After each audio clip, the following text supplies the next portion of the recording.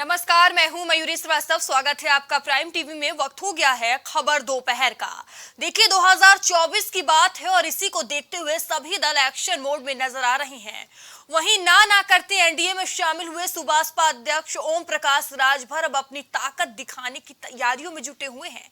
कहा जाता है कि पूर्वांचल में ओपी राजभर की मजबूत पकड़ है दलितों और पिछड़ों को लेकर, और यही वजह है कि एनडीए ने सुबसपा को शामिल तो कर लिया है अपने साथ। 2019 के लोकसभा चुनाव में प्रचंड लहर के बाद भी भाजपा को पूर्वांचल की करीब आधा दर्जन सीटों पर शिकस्त का सामना करना पड़ा था। तो पूर्वांचल को साधने के लिए ओपी राजभर अक्टूबर में आजमगढ़ में प्रधानमंत्री की एक बड़ी रैली कराएंगे। सपा से भाजपा के पाले में पहुंचे राजभर इस रैली के बहाने भाजपा के साथ ही विपक्षी खेमे खास तौर सपा अध्यक्ष अखिलेश यादव को भी यह संदेश देने की कोशिश करेंगे कि पिछड़े नेताओं में उनका भी सियासी रसूख है। रैली की तैयारियों में जुटे सूत्रों के मुताबिक प्रधानमंत्री नरेंद्र मोदी की रैली 7 से 17 अक्टूबर के बीच हो सकती है। इस पर अंतिम फैसला जल्द ही होगा। इसके साथ ही जल्द ही सुबासपा अध्यक्ष दिल्ली जाकर भाजपा हाईकमान से विचार विमर्श करके तारीख तय कराएंगे। वहीं आज सुबासपा अध्यक्ष ओम प्रकाश राजभर ने लखनऊ में प्रेस कॉन्फ्रेंस की। इस दौरान उन्होंने बताया कि कई दल के लोग सुबासपा में शामिल हुए हैं, जिसमें धर्मेंद्र राजू यादव सपा से सुबासपा में शामिल हुए हैं, वहीं अरवर कांग्रेस से सुबासपा में शामिल हुए हैं। इसके अलावा डॉक्टर सर्वेश ओझा पूर्व सुबासपा में शामिल हुए हैं। सुहेल देव भारतीय समाज पार्टी राष्ट्रीय अध्यक्ष ओम प्रकाश राजभर सभी नेताओं को सदस्यता दिलाए हैं। साथ ही इस दौरान उन्होंने कहा कि सुहेल देव भारतीय समाजवादी पार्टी की ताकत दिन प्रतिदिन बढ़ती जा रही है, इससे समाजवादी पार्टी परेशान है। तो क्या कुछ कहा ओपी राजभर ने प्रेस कॉन्फ्रेंस के दौरान, आइए आपको सुनाते हैं। समाजवादी पार्टी के कुछ प्रवक्ता हैं, समाजवादी पार्टी के कुछ प्रवक्ता हैं जो फर्जी खबर, जिसको कहते हैं कट पेस्ट वीडियो, किसी वीडियो को तोड़ मरोड़ करके पेश करना। एक वीडियो मेरे संज्ञान में परसों आया कि जिसमें समाजवादी पार्टी के प्रवक्ता, एक जिम्मेदार व्यक्ति जो 420 फराडगिरी का काम करते हैं, उन्होंने अरविंद राजभर के वीडियो को कट पीस बना करके कि अखिलेश यादव जी को गोली मारने तक का ऐसा वीडियो बना डाला। समाज पार्टी की बढ़ती हुई ताकत से समाजवादी पार्टी के लोग बहुत परेशान हैं। इस नाते अनर्गल बयानबाजी और अनर्गल तरह तरह के सोशल मीडिया के माध्यम से सुहेल देव भारतीय समाज पार्टी का गलत प्रचार प्रसार करने में लगे हैं। तो इससे सावधान होने की ज़रूरत है। आजमगढ़ में जब से ये लगा है कि सुहेल देव भारतीय समाज पार्टी के नेतृत्व में देश के प्रधानमंत्री माननीय नरेंद्र मोदी जी का कार्यक्रम लगने वाला है अक्टूबर में, तब से समाजवादी पार्टी के लोग और बौखलाए हुए हैं। ये लोग कुछ लोगों को फर्जी राजभर बना करके पीला साफा टांग ले रहे हैं समाजवादी पार्टी के लोग। तो ये सुबासपा अध्यक्ष ओम प्रकाश राजभर को सुन रहे थे, जो लगातार 2024 के चुनाव को देखते हुए अपना कुनबा बढ़ाने में जुटे हुए हैं। तो अब देखना होगा कि जिस तरीके से लगातार सुबासपा अपना कुनबा बढ़ाने में लगी हुई है, तैयारियों में जुटी हुई है, तो इससे विपक्ष की खेमे में कहीं ना कहीं टेंशन भी बढ़ती हुई नजर आ रही है। और ये देखना भी होगा कि वाकई में कितनी मजबूती सुबासपा को इससे मिलेगी और किसको कितना नुकसान हो सकता है। बता दें कि 24 के चुनाव को देखते हुए कोई भी दल कोई भी कसर नहीं छोड़ रहे हैं। लगातार सभी दल तैयारियों में जुटे हुए हैं, एक्शन मोड में नजर आ रहे हैं। वहीं एनडीए में शामिल हुए सुबसपा अध्यक्ष ओम प्रकाश राजभर भी लगातार तैयारियों में जुटे हुए हैं। लगातार सियासत गरमाई हुई नजर आ रही है। 7 से 17 अक्टूबर के बीच बड़ी रैली करने की तैयारी की जा रही है। लेकिन अब देखना होगा कि आखिर क्या कुछ होता है, और यही आज चर्चा का विषय है। और इस पर चर्चा करने के लिए हमारे साथ कुछ मेहमान भी हमसे जुड़ चुके हैं, तो मेहमान का परिचय करा देती हूँ आपसे। भारतीय जनता पार्टी से अश्वनी शाही हमसे जुड़े हुए हैं, वहीं रविंद्र प्रताप सिंह समाजवादी पार्टी से अपना पक्ष रखेंगे, और दयाराम भार्गव सुबासपा से हमसे जुड़े हुए हैं। आप सभी पैनलिस्ट का बहुत बहुत स्वागत है। रविंद्र प्रताप जी, देखिए चर्चा की शुरुआत मैं आपसे करूंगी। देखिए, सुबसपा अध्यक्ष लगातार अपना कुनबा बढ़ाने में लगे हुए हैं, अब रैली करने जा रहे हैं। कितनी बड़ी चुनौती मानते हैं, कैसे चुनौती देंगे? चुनौती भारतीय जनता पार्टी के लिए है, हमारे लिए किसी प्रकार की कोई चुनौती नहीं है। सवाल आता है कि भारतीय जनता पार्टी के लिए चुनौती क्यों है। इससे पहले बीजेपी के साथ में रहे तो बीजेपी में कोई अपशब्द ऐसा नहीं बचा कि उन्होंने मोदी जी योगी जी के लिए ना बोला हो। जब उस बीजेपी में जाएंगे तो एक बड़ा धड़ा है जो इस चीज का विरोध लगातार करेगा, स्वयं योगी जी भी करेंगे। उनको कह दिया था कि मंदिर भेजेंगे घंटा बजाने के लिए, भीख मांगने के लिए। तो इसमें तो कटौती नहीं है, ये तो वही बात है जो उन्होंने कही हुई है। तो वो बीजेपी के लिए जाके चुनौती बनेंगे, क्योंकि जहां से वो आते हैं वहां बीजेपी के कद्दावर नेता थे हरिनारायण राजभर जी। हरिनारायण राजभर जी का एक बड़ा कुनबा जो है उनसे काफी नाराज रहेगा, उनसे अलग रहेगा। जो चुनौती बन रहे हैं वो भारतीय जनता पार्टी के लिए बन रहे हैं, हमारे लिए किसी प्रकार की चुनौती नहीं है। वो जो सेंध लगाएंगे वो भारतीय जनता पार्टी के वोटों में लगाएंगे, हमारे लिए कोई परेशानी की बात नहीं है। और वो कभी मोदी जी के साथ करते हैं, कभी माननीय अखिलेश जी के साथ करते हैं, कभी बहन जी को प्रधानमंत्री बनाते हैं। ठीक है दयाराम जी, अब रविंद्र जी को सुन रहे होंगे। उन्होंने कहा कि वो चुनौती हमारे लिए नहीं, को बीजेपी के लिए बनेंगी, क्योंकि वो जिसमें खाते हैं उसमें ही छेद करते हैं। देखिए, हमारे रविंद्र भाई अच्छे प्रवक्ता हैं, लेकिन अब समाजवादी पार्टी के प्रवक्ताओं को क्या हो गया कि किसी वीडियो को और किसी बात को इधर से उधर कट पेस्ट करके सोशल मीडिया में चलाना समाजवादी पार्टी के राष्ट्रीय प्रवक्ताओं का, इसकी मैं बहुत ही भर्त्सना करता हूँ। ये लोग कितने नीचे स्तर तक गुजर जाएंगे। यही आप देखिए, आज के 15 साल पहले, 10 साल पहले जब समाजवादी पार्टी की सरकार थी तो समाजवादी किसी राजभर को टिकट नहीं देती थी। ये लोग केवल वोट ले करके, और जो उत्तर प्रदेश में अति पिछड़ी जातियां हैं उनका केवल ये वोट लेते थे, उनको ये सीट सत्ता शेयर नहीं करते थे। गुमराह करके उनका वोट ले करके अपने आप को ये हाईलाइट करते थे, सरकार बनाते थे। भारतीय समाज पार्टी आदरणीय नेता ओम प्रकाश राजभर जब मुखर करके अति पिछड़ों की जो 38% उत्तर प्रदेश में वास करती है जातियां, उन जातियों की नुमाइंदगी करने लगे, खोज के बताने लगे कि आज ये 75 साल की आजादी में जैसे एक कछार जाति है, कछार जाति को पूछिए तो कौन से जिले में, तो हमारे रविंद्र भाई नहीं बता सकते, इनकी मुखिया क्या जाने, अर्कवंशी को नहीं बता सकते कि कहाँ पे है। ऐसी तमाम जातियां हैं, बिहार है, अर्कवंशी है, बहेलिया है, खरक है, आपका जो बंजारा है। ये जो वो जातियां हैं, राजभर, चौहान, प्रजापति, केवट, बिंद, मल्लाह, कश्यप, धीमर, ये वो जातियां हैं जो वंचित समाज में बैठी हुई हैं। हर विधानसभाओं में बोरा भर भर के वोट है। और ये जातियां, जैसे समाजवादी के प्रमुख श्री अखिलेश यादव जी ने एक एनडीए बनाया, एनडीए से इन्होंने पीडीए में किया, तो जो ये पीडीए इन्होंने बनाया, उस पीडीए में पिछड़ा, दलित और माइनॉरिटी की बात किया। अब आप देखिए, वो पीडीए जो है एनडीए में चला गया। चाहे हमको ले लीजिए, चल दो भारतीय समाज पार्टी, चाहे निषाद पार्टी को ले लीजिए, चाहे अपना दल को ले लीजिए, बताएं पीडीए कहाँ है। इन्होंने गठबंधन किया,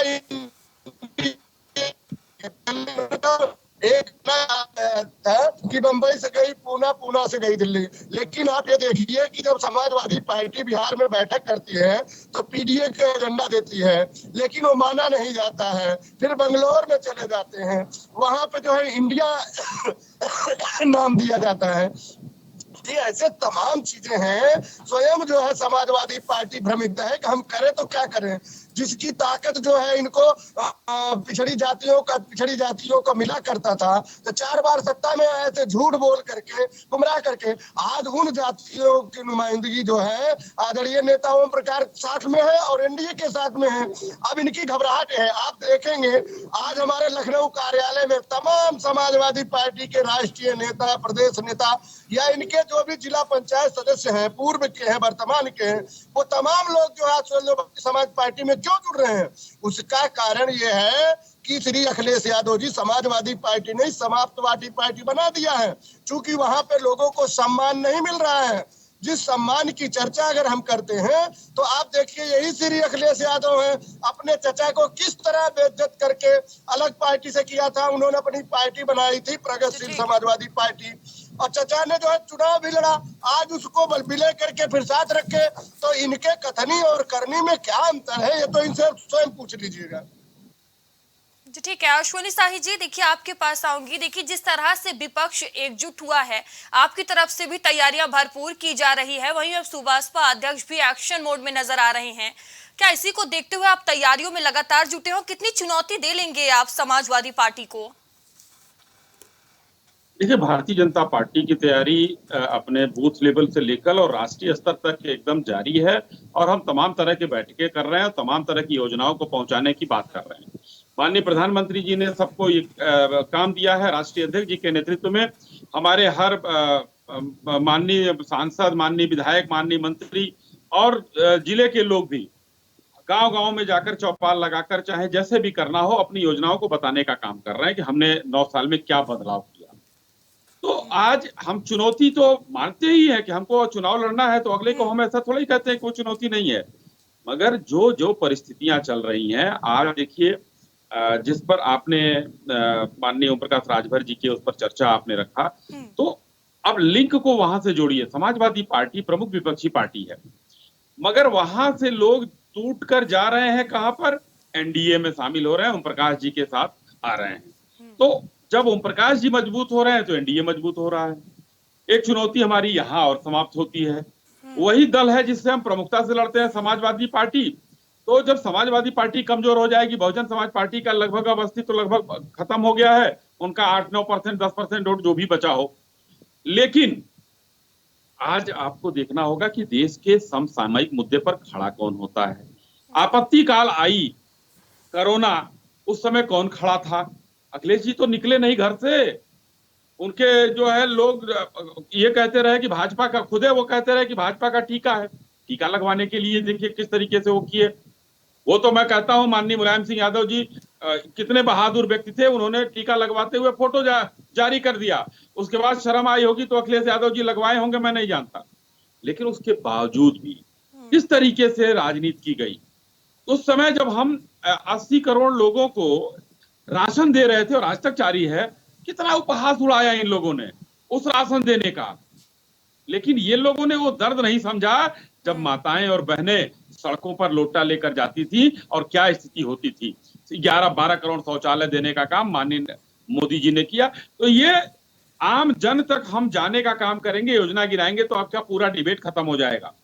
जी ठीक। लेकिन मयूरी जी, इस बात का ध्यान रखना होगा कि हम ये उत्तर प्रदेश में माननीय योगी जी के नेतृत्व में और अपने एनडीए के सहयोगियों के साथ जो 80 सीट जीतने का जो कार्यक्रम लेकर चल रहे हैं, वो इस समय समाजवादियों के बीच में हलचल का प्रमुख केंद्र हो गया है। समाजवादी नेताओं को ये अब सोच नहीं पा रहे हैं कि आखिर होगा क्या, और इसी में ये टूटन हो गई। आज देखिए कितने लोगों ने ज्वाइन कर दिया, तो समाजवादी पार्टी लोग बौखलाएंगे और बहुत कुछ बयान देंगे। भारतीय जनता पार्टी बड़े आराम से चलती चली जा रही है, हाथी की चाल। हमको अपना काम करना है, चलते चलेंगे। रविंद्र जी, आप अश्विनी शाही जी को सुन रहे होंगे, वो फिर से एक बार 80 सीटों पर जीत का दावा कर रहे हैं। और देखा जाए पूर्वांचल में ओपी राज्य भर की दलितों और पिछड़ों को लेकर एक अच्छी पकड़ है और लगातार सीटों की साधने की कोशिश भी की जा रही है। तो आपको लगता नहीं आपके लिए नुकसानदेह साबित हो सकता है आगामी चुनाव में? कितनी पकड़ है तो आगामी चुनाव में दिख ही जाएगा। जब बीजेपी के साथ है तब दिखा भी था। अब इनके विषय का जवाब देते कि समाजवादी पार्टी के लोग गिरे हैं, जो बोल दिया इन्होंने, वो वही बोला जो इनके अध्यक्ष जी ने बोला था। तो लगता है बीजेपी में जाने का असर हो गया है झूठ की फैक्ट्री से। के जो वायरस है उससे संक्रमित हो गए हैं। अगर कट पेस्ट करके कोई वीडियो बनाया गया है, तो अगर 3 दिन के अंदर एफआईआर दर्ज नहीं कराते हैं तो अपने आप ये झूठ बोलते हैं, ये प्रोपोगंडा करते हैं जो बीजेपी ने सिखाया हुआ है। इनको फटाक से एफआईआर दर्ज कराना चाहिए, इनकी सरकार है। अगली बात दे दें, इन ढेर सारे जातियों का नाम गिनाया, उनमें से एक जाति का नाम बता दें जिसके आदमी को इन्होंने विधायक बनाया हो। ये अपनी वेबसाइट पे केवल 6 विधायक दिखाते हैं, उसमें से एक आदमी जो इनके आप बताइए, अर्कबंसी को कभी समाजवादी पार्टी ने टिकट दिया? किसी बंजारा को दिया? आप बताइए, कश्यप समाज की आप बोरा भर भर के वोट लेते हैं, मैंने आपको बताया ना। अगर श्री अखिलेश यादव जी 2022 में कहना माने होते, तस्वीर अलग होता। आप तो रविंद्र भाई एक अच्छे प्रवक्ता है समाजवादी पार्टी के, आप सब जानते हैं। 16 सीटें हमें मिली, 4 हमें दे दिया लड़ने के लिए, 12 सीटों पे समाजवादी पार्टी को नेता लड़े और चुनाव चिन्ह छड़ी रहा। आप बताइए, हमें स्वतंत्र कहाँ लड़ने दिए? जो झूठ बोलता है इसी प्रकार से बीच में हस्तक्षेप करता है। ना मेरी आदत है हस्तक्षेप करने की, ना करूंगा, लेकिन अगर कोई करेगा तो उससे कड़ाई से भी पेश आऊंगा। अच्छा है, सुन लीजिए, मैं तो आप ना बोला है ना, आगे आपके बीच में बोलूंगा। दयाराम जी सुन लीजिए, आपके पास आऊंगी, सुन लीजिए। तो फिर आपने कहा कि एनडीए और पीडीए, इतना तो इनको एनडीए क्लियर है और ना तो पीडीए क्लियर है। पीडीए एक सामाजिक मुद्दा है, इसको पार्टी के रूप में लोग प्रस्तुत करते हैं। एनडीए एक पार्टियों का गठबंधन है, इंडिया एक पार्टियों का गठबंधन है, तो इसका फर्क ही नहीं इन लोगों को मालूम है। अब इनके वहां बहुत सारे लोग छोड़ छोड़ के समाजवादी पार्टी के जा रहे हैं। अरे समाजवादी पार्टी के लोग अभी तक तो हल्ला था, भाजपा में जा रहे हैं। अभी कैसे आपके यहाँ जाने लग गए? भाजपा ने तो कहा हमने दरवाजे खोल रखे हैं, तो आप कौन से इतने महत्वपूर्ण व्यक्ति है कि आप यहाँ चले जाएंगे? फिर कोरोना की बात आ गई, जबकि बहुत पहले हो गया। WHO ने तो इनकी पोल खोल दिया था। केंद्र सरकार ने कहा 4.5 लाख लोग मरे हैं, WHO ने कहा 42 लाख लोग मरे हैं, तो WHO से लड़ते रहे। ये इनका झूठ है। वेंटिलेटर से मर गए, जलाने के लिए लकड़ी नहीं, देने के लिए ऑक्सीजन नहीं, और कह दिया अखिलेश यादव घर में थे, उनकी श्रीमती जी और वो सड़क पे खड़े होके खाना बांट रहे थे। बोला 80 करोड़ को राशन दे दिए। तो इतनी योग्यता है कि मोदी जी के नेतृत्व में 80 करोड़ लोग 2 टाइम का खाना नहीं खा सकते हैं। ये उपलब्धि है मोदी जी की। ये और योगी जी की क्या उपलब्धि है कि 25 करोड़ में से 17 करोड़ लोगों को राशन दे रहे हैं। तो 8 साल में उनकी उपलब्धि है, 9 साल में, और 6 साल में योगी जी की उपलब्धि है कि 17 करोड़ यहाँ भूखे हैं, 80 करोड़ देश में भूखे हैं। शौचालय दे दिया इन्होंने। अभी भी देखिए हाँ, अश्वनी जी हंस रहे हैं, जवाब दीजिए अश्वनी जी। अभी भी मैं कह रहा हूँ, रविंद्र जी तो बड़े सेंसिटिव व्यक्ति हैं और अन्य प्रवक्ताओं की तरह, कि अभी भी उपहास उड़ा रहे हैं उस जनता का जिस जनता के नाम पर इन्होंने पीडीए ये संगठन की अभी व्याख्या कर रहे थे बनाया, जिसमें सवर्णों का तो कहीं स्थान ही नहीं है, उसको तो ये लोग गिनते ही नहीं है कहीं। तो सवर्णों का वोट नहीं चाहिए। सवर्ण आपके इस सम्मानित चैनल के माध्यम से सुन लें कि ये सवर्णों का वोट इनको नहीं चाहिए, ये पीडीए का काम करते हैं। और यहाँ पर भारतीय जनता पार्टी सबका साथ, सबका विकास और सबके विश्वास पर चलती है। लेकिन अभी भी महत्वपूर्ण बात इन्होंने कहा कि योगी जी इतने लोगों को राशन दे रहे हैं और मोदी जी इतने लोगों को दे रहे हैं। भाई, अगर किसी के घर में राशन जा रहा है और वो खा रहा है, नहीं खा रहा है, लेकिन हिंदुस्तान के व्यक्ति के को राशन देने की कैपेसिटी हिंदुस्तान के सरकार की और उत्तर प्रदेश की सरकार की है। मैं आपको एक उदाहरण के साथ समझाना चाहता हूं। शरद पवार साहब मंत्री थे, यूपीए की सरकार थी और रविंद्र जी उसमें सहयोगी थे। इसी तरीके की दिक्कत आई, उनसे कहा गया कि राशन जो है कुछ बंट जाए, ये एक विपक्ष ने मांग रखा था। शरद पवार साहब ने नहीं बांटा, और वो क्या किया, जब वही अनाज सड़ गया, गेहूं था, वो उठाकर अपने महाराष्ट्र के लिकर लॉबी को उन्होंने बेचा और वहां पर जो है बियर की फैक्ट्रियों को और पता नहीं किसको बेच दिया, वो सड़ गया। तो आम जनता की क्या कीमत है इनकी नजर में, वो देख लीजिए। और स्थितियां जो है आज किस तरीके से बखान कर रहे हैं। अब आप बताइए, आप लोग भी इतना शानदार टेलीविजन चैनल लखनऊ का, और आप लोग भी सड़कों पर थे, आपने अखिलेश यादव को कहीं देखा कि राशन बांटते हुए, खाना बांटते हुए कभी देखा? कहां सड़कों पर थे दोनों लोग? घर से बाहर नहीं निकल रहे थे, भारतीय जनता पार्टी की वैक्सीन बता रहे थे। माननीय योगी आदित्यनाथ जी की मैं बात करना चाहता हूं। उनको कोरोना हुआ, जैसे ही उससे उबरे पूरे प्रदेश का दौरा किया और हर घर में जाकर, हर जिले में जाकर इन्होंने पूछा दवाई मिली कि नहीं मिली, खाना मिला कि नहीं मिला, राशन मिला कि नहीं मिला। अब क्या चाहिए? कौन जनता का नेता है? ये लोग तो नोएडा नहीं जाते थे, इसलिए नहीं जाते। अंतिम बात मैं कह रहा हूं, इसलिए नहीं जाते थे कि मुख्यमंत्री बदल जाता है। 2 दर्जन से ज्यादा बार वो नोएडा हो आए और दोबारा जनता ने उनको फिर से चुना। अब तो ये भी साबित हो गया कि जो नोएडा जाएगा 2 दर्जन से ज्यादा बार, वो 5 बार से ज्यादा 5 साल से ज्यादा मुख्यमंत्री रहेगा। और अभी कब तक रहेगा कोई ठिकाना नहीं। जी ठीक है। रविंद्र जी, आपको नहीं लगता कि आपकी मजबूती कम होती नजर आ रही है? लगातार आपके नेता सुबसपा में शामिल हो रहे हैं, एनडीए में शामिल हो रहे हैं, बड़ी चुनौती है आपके लिए। हमारा इंडिया का गठबंधन बड़ा होता चला जा रहा है। उस बड़े होने के कारण बौखलाए हुए हैं। इनके जो एकमेव नेता हैं मोदी जी, उस भय से आज 13वां दिन है संसद में ही नहीं आए हुए हैं। ये खाली लोकतंत्र का ही अपमान नहीं है, ये उन नेताओं का भी अपमान है। रविंद्र जी, आपके खुद के नेता दूसरे दल में शामिल हो रहे हैं। आप इंडिया के जरिए सत्ता पक्ष को चुनौती दे लेंगे? सारे नेता तो इनके हमारे वहीं आ गए। अभी सुभाषपा का पिछले साल टूट हुआ था, आधा से ज्यादा आ गए। मैं उस विषय को बनाना ही नहीं चाहता हूँ। ये ले जाए हमारे, और कितने नेता को ले जाना चाहते हैं? अभी चल जाए नहीं रहे हैं। अभी ये लोग प्रोपोगंडा करेंगे जब तक चुनाव नहीं आ रहा। बात है, मैं बता दूं, शाही जी ने कहा कि हमारे पास इतना राशन है। अभी इसी गर्मी में टारगेट रखा था 60 लाख मीट्रिक टन गेहूं खरीदने का योगी जी ने। उसके बरक्स खरीदा गया 2 लाख मीट्रिक टन। आपके पास तो मान्यवर गेहूं ही नहीं है बाजार में उपलब्ध कराने के लिए, पीडीए में उपलब्ध कराने के लिए।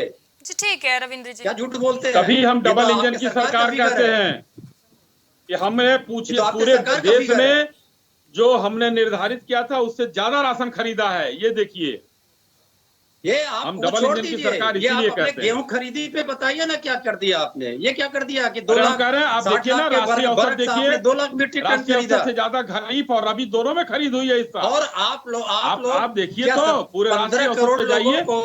डबल इंजन की सरकार है प्रभु, इसलिए हम डबल इंजन की बात करते हैं। नौकरी नहीं देंगे, उनको महंगाई से मुक्ति नहीं करेंगे, उनको दवाइयां नहीं देंगे, उनको शिक्षा नहीं देंगे, खाली 2 टाइम का अनाज देते रहेंगे। ठीक है रविंद्र जी, डबल इंजन की सरकार है। जनता को उत्तर प्रदेश से लेकर दिल्ली तक हम सहायता के लिए खड़े हैं। यही आपकी इच्छा है। ठीक है दयाराम जी, आपके पास आऊंगी मैं। देखिए, इंडिया के जरिए चुनौती देने की बात कह रहे हैं रविंद्र जी, कह रहे हैं कितने नेता ले जाएंगे? ले जाइए। देखिए, इंडिया के जो टीम बनाया है इन्होंने विपक्ष का, वो देश के लिए नहीं बनाया है, अपनी भ्रष्टाचार छिपाने के लिए बनाया है। अगर ये अपनी भ्रष्टाचार को छिपाना चाहते हैं तो खुलकर बोल दें। अभी आप बताइए, आम आदमी पार्टी के अगर देखेंगे, कांग्रेस से 36 का आंकड़ा अध्यादेश पे साथ आ गए।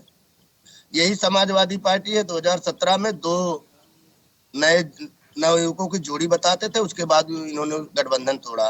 तो हमारा कहने का मतलब, बाकी आप देख लीजिए जितने दल हैं, आप बताइए ममता बनर्जी उत्तर प्रदेश में कै वोट दिला देंगी? हैं? या नीतीश बाबू आके दिला देंगे? है कोनो वोट? केसीआर दिला देंगे? है कोनो वोट यहाँ उत्तर प्रदेश में?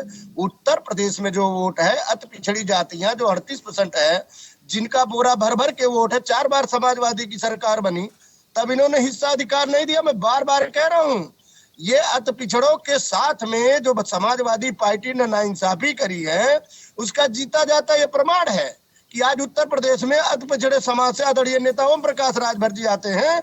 समाजवादी पार्टी के मुखिया श्री अखिलेश यादव जी नहीं चाहते कि अति पिछड़े समाज का भी कोई नेता जो है उत्तर प्रदेश या देश में उभरे, वो उसको दबाने का काम करते हैं। यही जो है समाजवादी पार्टी की कथनी करनी है। हमारे भाई ने बहुत कुछ बोला, ये कह रहे नेता सुन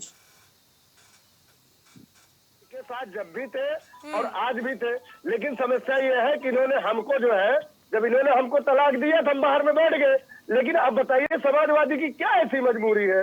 आपने लिख के हमें अपने दल से अलग कर दिया, गठबंधन से हम अलग हो गए। अरे भाई हम तो दल हैं, कहीं ना कहीं जाएंगे। अगर हम एनडीए का साथ दे रहे हैं तो इसमें क्या दिक्कत है? अब समस्या इस बात की है कि समाजवादी पार्टी की उत्तर प्रदेश में जो जनाधार घट रही है, सुहेलदेव भारतीय समाज पार्टी की जनाधार जो बढ़ रही है, उससे घबरा करके समाजवादी पार्टी अनर्गल और इस तरह की बातों को रखने का काम कर रही है। आप बताइए, अति पिछड़ों को हक अधिकार हम बार बार चिल्लाते हैं, देने का काम नहीं किया। मैं वही फिर मुद्दा लाऊंगा, सामाजिक न्याय समिति की रिपोर्ट के लिए 13 सितंबर 2013 को माननीय इलाहाबाद हाई कोर्ट ने कहा था, उस समय तत्कालीन जो उत्तर प्रदेश के मुख्यमंत्री श्री अखिलेश यादव जी थे, उन्होंने कहा था माननीय इलाहाबाद हाई कोर्ट ने कि आपकी सरकार में जो 27 जोड़ा आरक्षण है उसमें केवल 5-7 जातियों को मिल रहा है। सामाजिक न्याय समिति की रिपोर्ट ला करके लागू करके उत्तर प्रदेश में जो शायद आपको याद होगा एक टाइम था जब आप पानी पी पी कर भारतीय जनता पार्टी को कोसते थे, पिछड़ों और दलितों का शोषण हो रहा है ऐसा आरोप लगाते थे। अचानक से ऐसी तस्वीर बदल जाना। सुन तो लीजिए भाई, मैं वहीं आ रहा हूँ। आप जो कहना चाह रहे हैं, आप बताइए हम लड़ाई किसकी लड़ रहे हैं? क्या इस देश में सवर्णों में गरीब नहीं है? बता दीजिए, क्या गरीब सवर्णों के लिए भी समाजवादी पार्टी कुछ कहती? कुछ नहीं कहती।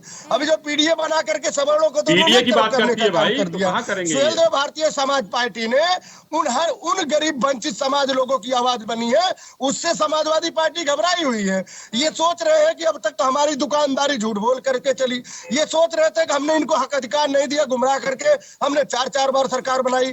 तो उत्तर प्रदेश की जो जनता है गुमराह होके नहीं, उसे विकास चाहिए, उसे हक अधिकार चाहिए, थाने चौकी ब्लॉकों में उसकी नुमाइंदगी उसके समाज के चाहिए। इसलिए जो है सुहेलदेव भारतीय समाज पार्टी के साथ में उत्तर प्रदेश के लोग जो है, चाहे समाजवादी पार्टी के नेता हो, वर्तमान में जिला पंचायत सदस्य हो, पूर्व में हो, इनके राष्ट्रीय नेता, प्रदेश के नेता हो, वो सुहेलदेव भारतीय समाज पार्टी की नीतियों को समझ गए हैं। आदरणीय ओम प्रकाश राजभर क्या चाहते हैं, विकास कैसे हो, जो छूटी हुई जातियां हैं उनका कैसे उनकी नुमाइंदगी हो, उसको लड़ने का काम करते हैं। लेकिन समाजवादी पार्टी उसको केवल बिखेरने का काम करती है। रविंद्र जी जवाब दे दीजिए। जी देखिए, जवाब तो हम बीजेपी का देंगे। ये ऐसे प्रश्न पूछ रहे थे आदरणीय योगी जी से भी, ये ऐसे प्रश्न पूछ रहे थे मोदी जी से भी। इनके प्रश्न का तो कोई महत्व नहीं है। जो आरोप अभी हमारे ऊपर लगा रहे थे, यही ठीक आरोप लगाते हुए ओपी राजभर जी ने बीजेपी से इस्तीफा दिया था और भी आरोप लगाए थे कि मैं तो अपनी सड़क ही नहीं बनवा सकता हूँ योगी जी के शासन में। तो उसका कोई मतलब नहीं है। हम बीजेपी का उत्तर देंगे क्योंकि बीजेपी परेशान है इंडिया के संगठन से। तो इंडिया से संगठन से परेशान होने के नाते किसी प्रकार का ना तो लोकसभा में ना तो विधानसभा में कोई भी उत्तर नहीं दे पा रही है, किसी प्रकार का कोई भी उत्तर नहीं दे पा रही है। और अगर उसको सुहेलदेव समाज पार्टी के आ जाने से उनका बढ़ जाता कद, मान लीजिए बढ़ जाता है एनडीए का, तो एनडीए का अगर कद बढ़ जाता है तो इनको एनडीए के सामने एक श्वेत पत्र रख के वो सारी मांग कर लेनी चाहिए अभी से। और अपने जो जारी करेंगे चुनाव का पत्र, घोषणा पत्र, में बता दे कि ये चीजें होनी चाहिए। अगर वो चीजें नहीं होती हैं तो फिर ये कहते हुए निकलेंगे कहेंगे नहीं हमको वहां सम्मान नहीं मिला और हमारी क्या जनगणना नहीं मानी गई और ढेर सारे पार्टियों का नाम रटा हुआ है, इनके साथ कुछ भी नहीं हुआ। दयाराम जी कहना है पिछड़ों और दलितों के हित में आपने कुछ काम ही नहीं किया। अगर काम नहीं किया होता तो हमारी पार्टी आज से नहीं 1955 से आ रही है। ये तो सारी नई पार्टियां हैं, ये तो एकदम नई पार्टी है। और भारतीय जनता पार्टी तो 1982 में बनी है। और जब ये भारतीय जनसंघ हुआ करती, ये भारतीय जनता पार्टी हुआ करती तो हमारी पिछड़ों को थी। तो ठीक है, आज आपने 9 साल से शासन कर लिया है, आप शासन से बाहर रहने के लिए भी तैयार करिए। आपको एक अच्छा व्यक्ति भी मिल गया है, आपका रास्ता दिखा देगा। उस व्यक्ति के ये भी हो गया है, मोदी जी के साथ गए तब भी पीछे खड़ा होना पड़ा, योगी जी के पास गए तब भी पीछे खड़ा होना पड़ा। और हम सम्मान देते हैं, हम सम्मान देंगे, फिर आएंगे तो हम सम्मान देंगे। ठीक है, दयाराम जी आपके पास आऊंगी, उससे पहले अश्वनी जी कुछ कहना चाह रहे हैं। अश्वनी जी अपनी बात रखें। देखिए, रविंद्र सिंह जी किसी संगठन की बात कर रहे हैं, INDIA जो इंडी अलायंस है। कल तो इन लोगों ने उसमें छेद करने का काम कर दिया, समाजवादी पार्टी ने ही। इनके नेता कपिल सिब्बल ने वोट नहीं दिया, जयंत चौधरी जी ने वोट नहीं दिया, और आज ये वो इंडी अलायंस की बात कर रहे हैं जो अपने भी उसमें साथ नहीं दे रहे ईमानदारी से और उस संगठन को चलाने की बात कर रहे हैं। और हमारे 38 दलों का आपने देखा होगा कि माला पहना के माननीय प्रधानमंत्री जी का नेता एकमात्र नेता मान लिया गया उनको, और उसकी देखिए किस तरीके से आलोचना हो रही है। ये सारे स्वार्थी एक साथ जुटकर ये इंडी अलायंस बनाए हुए हैं, जिसमें पहला छेद करने का काम समाजवादी पार्टी ने कल कर दिया। 121 वोट की गिनती हमारी होनी चाहिए थी, 131 वोट मिला हमको। और अब विपक्ष के किस तरीके से बिल गिरा ये सब ने देखा, हमको कुछ कहने की कोई बात नहीं है। लेकिन जयंत चौधरी जी ने वोट नहीं दिया, कपिल सिब्बल साहब ने वोट नहीं दिया, और देखने की बात है समाजवादी पार्टी ने किस तरीके से उसमें छेद लगा दिया। जी ठीक है, दयाराम जी कुछ कहना चाह रहे थे, आखिरी कमेंट अपना दे दीजिए। देखिए, अभी हमारे भाई रविंद्र जी ने जातियों की बात कर रहे थे। जब इनकी सरकार थी तो इन्हीं जातियों का नाम लेके, एक कहावत है ना, लेके नाम गरीबों का कसम खाए दूसरों का, गरीबों का नाम और जातियों का नाम लेके सरकार चलाने वाली समाजवादी पार्टी उत्तर प्रदेश में जब जब कोई सरकारी नौकरी का आदान प्रदान होता था, यानी उन गरीब लोगों के लिए निकलता था, तो समाजवादी पार्टी इन 17 जातियों को केवल ये एक पत्रावली बना करके केंद्र में भेजने का काम करती थी, जिसमें है कहार है, कच्छप है, केवट है, मल्लाह है, निषाद है, कुमार है, प्रजापति है, धीमर है, बिंद है, भर है, राजभर है, धीमर है, बाथम है, तुरैया है, गोरिया, माझी, मछुआरा, राजभर, चौहान है। ये वो जातियां हैं जिन जातियों का कसमें खा करके लिख करके केंद्र में भेजते थे। इनका बोरा भर भर के वोट लेके 4-4 बार सरकार बनाई, और इन जातियों को अनुसूचित जनजाति में यानी कि एसटी में शामिल करने कसमें खाते थे।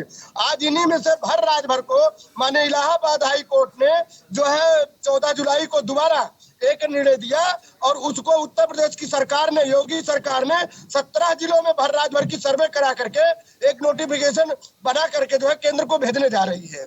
तो ये देखिए काम करने का तरीका होता। आप 4 बार सत्ता में रहे, आप कांग्रेस के सहयोगी रहे, कांग्रेस आपके सहयोग से कांग्रेस जो है देश में सरकार चलाती रही, केवल आपने इन जातियों को गुमराह करके वोट लेने का काम किया।